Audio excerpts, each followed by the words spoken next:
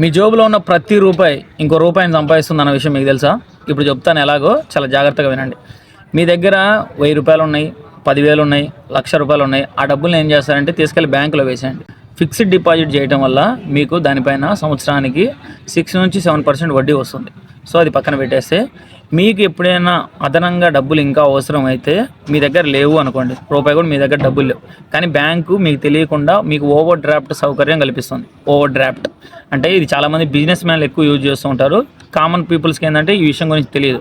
Over draft వల్ల use ఏంటి అంటే, మీ బ్యాంకులో డబ్బులు లేకపోయినా సరే మీరు డబ్బులు తీసుకొని వాడుకోవచ్చు.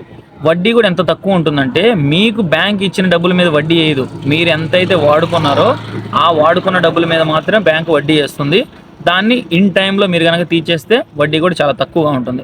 కాబట్టి మీరు ఒక 50,000 ఉన్నాయి అనుకోండి, ఆ 50,000 అయిపోయిన తర్వాత కూడా మీరు ఇంకా బ్యాంకు ముందస్తు హెచ్చరికతోటి నేను ఇంకొక 50,000 ఓవర్ డ్రాఫ్ట్ ద్వారా వాడుకోవచ్చు అని మీరు ముందుగానే బ్యాంకుకి చెప్తే కనుక డెఫినెట్గా మీరు ఇంకొక 50,000 అదనంగా వాడుకోవచ్చు. అంటే మీ జోబులో ఉన్న ప్రతి రూపాయిని వాడుకుంటూనే ఆ రూపాయి ఇంకో రూపాయిని సంపాదించేటట్టు వడ్డీతో సహా, అంటే ఓవర్ డ్రాఫ్ట్తో సహా మీరు ఇంకో రూపాయిని అదనంగా సంపాదించు అనమాట.